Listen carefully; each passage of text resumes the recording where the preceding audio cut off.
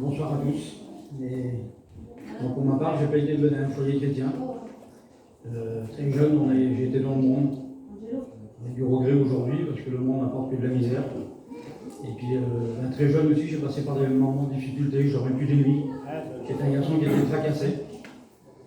Et puis j'ai resté 5-6 ans, j'étais vraiment pas bien, je dormais pas du tout les nuits.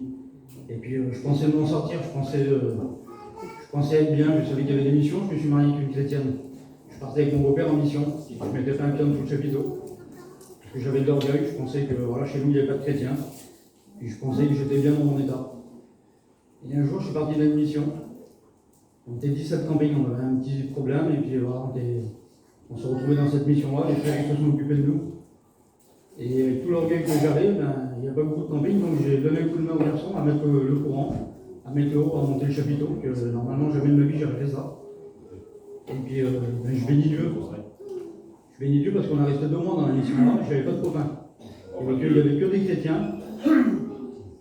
Et puis je me suis fait des copains, des chrétiens, je me suis fait des copains, des serviteurs de Dieu. Et puis je suis reparti de la mission là, dans mon état. Et puis je suis revenu à Nantes. Là. Et puis ma vie a repris normalement, les copains, d'aller boire un verre et tout ça. Et puis un soir, j'étais boire un verre et puis le Seigneur m'a fait voir où c'est que j'étais pas à ma place. Parce que ça brillait, tout était bien, j'avais les copains. Mais comme je ramenais chez moi, je dormais 1 heure et après je dormais plus. Je pleurais sur mon problème, j'attendais que le jour se lève pour être bien. Et puis l'ennemi m'avait mis plein d'angoisse. Et puis le soir là, dans ce café là, le Seigneur il m'a fait rappeler les 2 mois en arrière que j'étais bien, que j'avais pas bu un verre, que j'étais tranquille, que j'étais dans la mission, que j'aurais pu être un chrétien à vrai dire.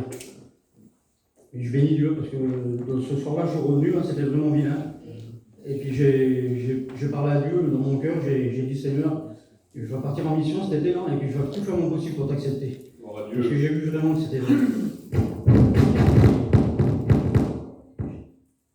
J'avais fait quelques expériences, et puis voilà, l'homme on a un auditeur au milieu, on l'oublie vite. Et puis sans m'en rendre compte, la première mission, j'étais dedans.